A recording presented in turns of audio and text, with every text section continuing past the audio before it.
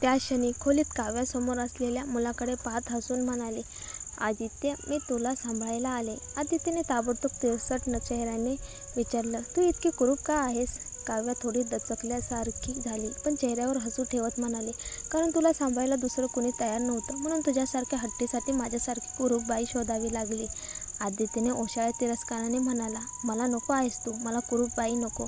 काव्याच्या डोळ्यात क्षणभर दुःख चमकले. खरंच? पण जर तू मला इथे ठेवणार नाहीस तर माझ्याकडे जायला दुसरीकडे जागाच नाही. मला ही नोकरी खूप गरजेची आहे.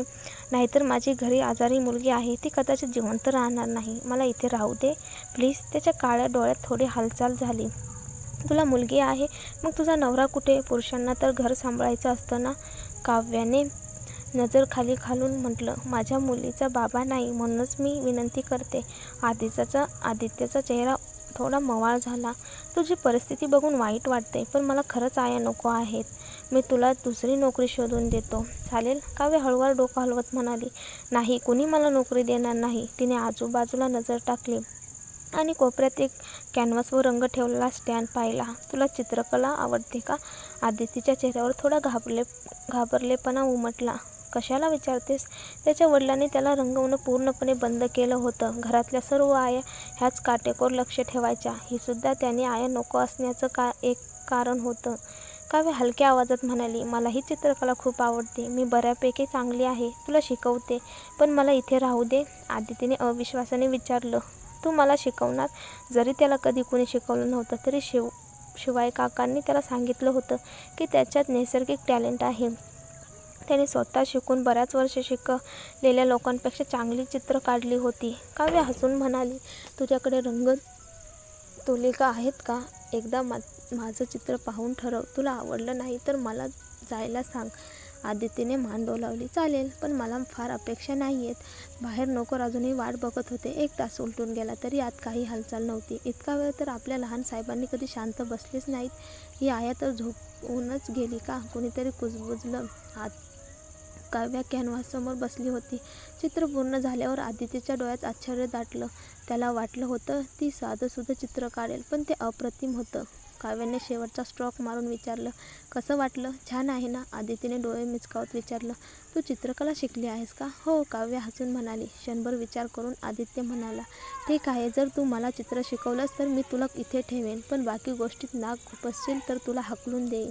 काव्याने हातावर एक बोट ठेवून गंभीर वचन दिलं, ठीक आहे, मी फक्त तुझी काळजी घेईन आणि तुला चित्र शिकवेन, पण हे कोणाला सांगायचं नाही. हो, नक्कीच नाही सांगणार.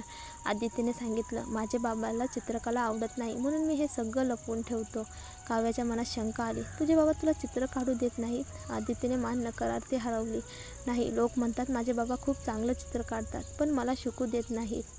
काव्याच्या मनात एक शक्यता चमकली, कदाचित मी चित्र चांगलं काढते म्हणून आणि रुद्रला माझा तिरस्कार आहे म्हणून त्याला आदित्यलाही चित्र काढायला नकोय.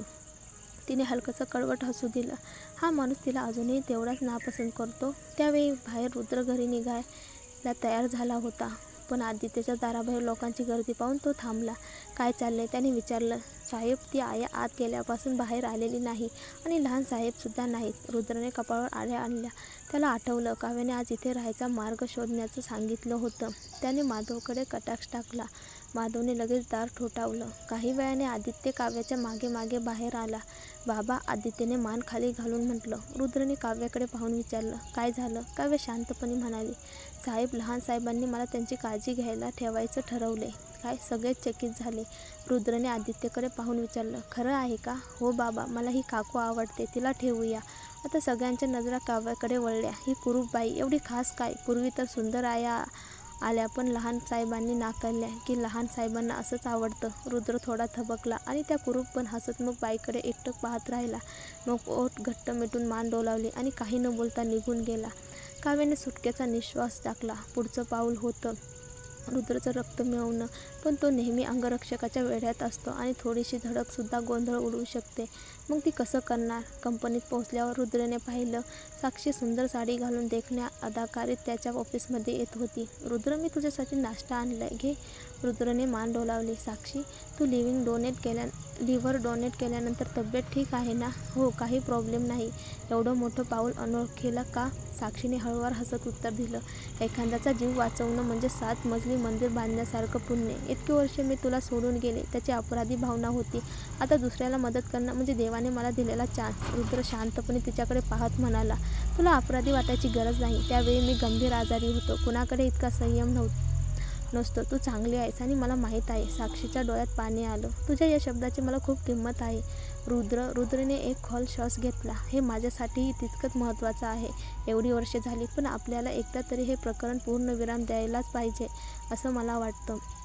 साक्षीच्या डोळ्यात पाणी आलं. तिने हलक्या मान डोलावली. बाहेर पडताच तिनं पटकन एक दीर्घ श्वास घेतला आणि दुपारच्या जेवणाच्या सुट्टीतच बँकेत धाव घेतली. तिने एक बँक कार्ड रद्द करण्याची प्रक्रिया केली. कार्ड यशस्वीपणे रद्द झाल्यावर तिने विचारलं, कार्ड रद्द झाल्यानंतर 3 मिलियनच्या ट्रान्सफरची नोंद दिसेल का? नाही, ती दिसणार नाही, बँकेचा कर्मचारी म्हणाला. तिनं सुटकेचा निश्वास टाकला. रुद्रला कधीच कळायला नको होतं की परदेशातलं कर्ज फेडण्यासाठीच तिनं 3 मिलियनच्या बदल्यात आपलं यकृत विकलं होतं आणि म्हणूनच तिने ते दान केलं होतं. काव्या गायकवाड कुटुंबातल्या पहिल्याच दिवशी मनात एकच विचार करत होती. रुद्रच्या खोलीजवळ जाण्याचा काहीतरी मार्ग शोधायला हवा. इथं बऱ्याच गोष्टी बदलल्या होत्या, पण बाहेरचं गोदाम मात्र तसंच होतं. हे विचित्र होतं, कारण ते तिनं आधी पेटवून दिलं होतं. मग त्यानं पुन्हा का बांधलं? 2 लोक मेल्यानंतरही काही शिल्लक ठेवू नये असं काही नाही का? आश्चर्य म्हणजे गोदाम वगळता इथं तिच्या अस्तित्वाचा कोणताही ठसा उरला नव्हता.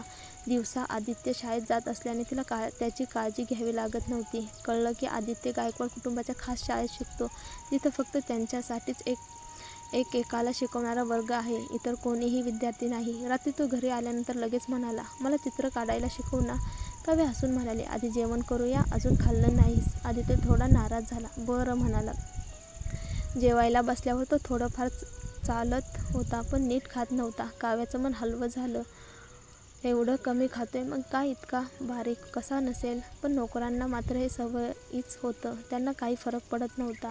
तो इतकं कमी खातो म्हणूनच बारीक आहे. त्याला नीट खायला द्यायला हवं. खूपच चोखंदळ आहे, ती म्हणाली. नोकरांनी नाखुशीने उत्तर दिलं, तो नेहमीच असाच असतो. काही केलं तरी बदलत नाही. पण काव्या विचारणार होती तेवढ्यात ते चिडून म्हणाले, तुम्ही इथे आलेला 2 दिवस झाले. तुम्हाला आमच्या पद्धती कळणार नाहीत. आमच्या कामात नाक खुपसू नका तुम्ही. काव्याला राग आला, पण तिने स्वतःला सावरलं. ती पुन्हा टेबलाकडे आली. तू फारच कमी खातोयस. थोडं जास्त खाऊ शकत नाहीस का? आदित्य कुरकुरला. हे इतकं वाईट आहे की मला खायचं नाही. काव्याचे डोळे चमकले. तुला काय आवडतं? मी तुझ्यासाठी करून देते. औषधी अन्न आणि स्वयंपाक शिकले आहे मी, आणि माझा स्वयंपाक चविष्ट लागतो. आदित्य संशयाने म्हणाला, आपल्या घरी सर्वोत्तम शेफ आहेत. बाबा स्वतः घेऊन आलेत, पण त्यांचा स्वयंपाकही मला आवडत नाही. मी करून बघते, काव्या म्हणाली. आदित्यला तिची चित्रकलेची कला आवडली, जी खरंच उत्तम निघाली होती. म्हणून त्यानं अनिच्छेनं मान डोलावली. काव्या स्वयंपाकघरात गेली. पाठीमागे नोकर उपरोधाने म्हणत होते, ही कुरूपबाई तर फारच खुशामत करते छोट्या साहेबांची. तसंच ना, चेहरा बिघडलेला असेल तर जास्त करून दाखवावं लागतं. आमच्यावरचं सगळं काम करून स्वतःच कौशल्य दाखवते. जास्त काय करणार, शेवटी आहे तर फक्त आया. काव्याने 4 पदार्थ आणि एक सूप झटपट बनवून टेबलावर मांडलं. आदित्य संशयानं म्हणाला, हे खरंच चाखायचं आहे? नक्की, चाखून बघ. काव्याच्या स्वयंपाकात वर्षानुवर्षाच्या प्रयत्नाचा अनुभव होता. आयशाची देखभाल करताना तिने औषधशास्त्र आणि औषधी पदार्थांचा अभ्यास केला होता. आदित्यने एक घास घेतला आणि आश्चर्याने तिच्याकडे पाहिलं. हे मी कधीच चाखलं नाही. काव्य हसली. चविष्ट आहे ना? हो, खूपच चविष्ट. तो मन लावून खाऊ लागला आणि काव्य त्याच्याकडे बघून हलकं स्मित केलं. मी आधीच सांगितलं होतं, पण तू विश्वास ठेवला नाहीस, ती म्हणाली. आदित्य उपरोधाने म्हणाला, बरं, मी कौतुक केलं म्हणून जास्त आनंदावू नकोस. काव्य त्याच्याकडे प्रेमाने बघत होती. त्याचं वेळी रुद्र परतला. दारातून आत येताच स्वयंपाकाचा सुवास आला. त्यानं नजर वळवली तर छोट्या स्वयंपाकघरात आदित्य आणि ती कुरूप आया जेवत होते. नकळत तो तिकडे गेला. आदित्य, बाबा. मुलाने ताबडतोब वर बघितलं, निरागस चेहरा करत. पण टेबलावरचे पदार्थ पाहतच रुद्रच्या चेहऱ्यावरचा भाव कठोर झाला. हे कोणी केलं? तो काव्याकडे रोखून बघत म्हणाला. जवळजवळ खात्री होती की हे तिचंच काम होतं. काव्या पटकन उठली. मी ऐकलंय. मी केलं. तू? रुद्र रागाने पुढं आला. कोणाच्या परवानगीने स्वयंपाक केलास? त्याचा राग पाहून काव्याने समजावण्याचा प्रयत्न केला. लहान साहेब नीट खात नाहीत म्हणून. म्हणून तूच ठरवलंस की स्वयंपाक करायचा. तुझा स्वयंपाक आमच्या शेफपेक्षा चांगला आहे असं वाटतं का? पाठीमागे नोकर हसत होते. पाहूया आता हिचा उन्माद उतरतो का? आदित्य ताबडतोब म्हणाला, बाबा खरंच चविष्ट आहे तिचा स्वयंपाक. पण मुलाच्या या शब्दांनी रुद्रचा चेहरा आणखी थंड झाला. तू बाहेर जा, तो काव्याकडे बोट दाखवत म्हणाला. काव्या गोंधळली. यावेळेस परत आल्यापासून रुद्र अधिकच अनपेक्षित वागत होता. ऐकू आलं नाही का? रुद्र पुन्हा गरजला.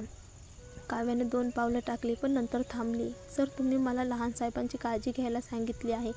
ते जेव्हा नीट खात नाहीत तेव्हा त्यांच्यासाठी काहीतरी चांगलं करणं हा माझं कर्तव्य भाग आहे. मग तुम्ही एवढं नाराज का होताय हे मला समजत नाही. रुद्रचा चेहरा अधिकच कठोर झाला. गायकवाड कुटुंबाचे नियम सोपे आहेत. जेवढं काम दिलंय तेवढंच करायचं. तू आया आहेस, शेफ नाहीस. सगळे नोकर मनात म्हणत होते, ही तर वेडीच आहे. पण काव्य अजिबात घाबरली नाही. पण सर जर लहान साहेबांना त्या पदार्थाची चव आवडत नसेल तर तुम्ही त्यांच्या तब्येतीची चिंता करत नाही का? तो तुमचाच मुलगा आहे आणि वडील म्हणून ही तुमची बेफिक्री आहे, ती ठामपणे म्हणाली. क्षणभर खोलीत शांतता पसरली. आदित्यलाही धक्का बसला.